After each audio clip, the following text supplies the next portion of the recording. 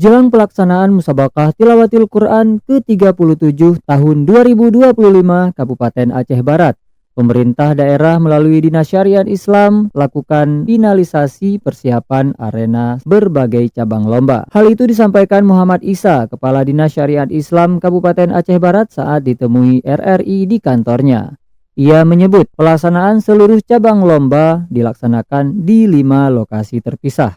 Dan masih ada waktu yang tenggang, tinggal kita melaksanakan finishing baik di dalam arena utama, di arena-arena lain, karena bentuknya sifatnya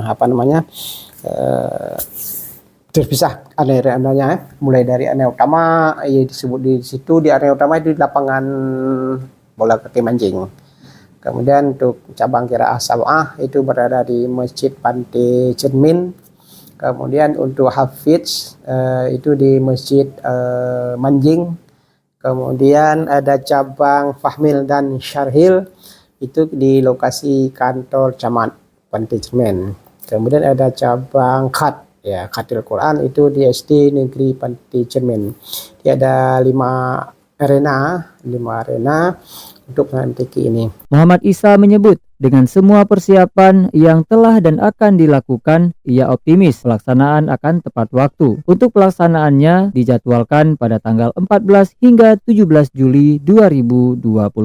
Selain arena perlombaan, pihaknya juga telah mempersiapkan sejumlah fasilitas pemondokan untuk para kafilah dari berbagai kecamatan yang ada di Aceh Barat, serta telah berkomunikasi dengan para kafilah terkait jadwal dan mekanisme pelaksanaan. Muhammad Isa juga menyebut penerimaan kafilah di lokasi kegiatan dilaksanakan pada tanggal 14 Juli 2025 mulai pukul 14 hingga pukul 18 waktu Indonesia Barat. Sedangkan seremonial pembukaan akan dilaksanakan pada pukul 20 waktu Indonesia Barat pada tanggal yang sama.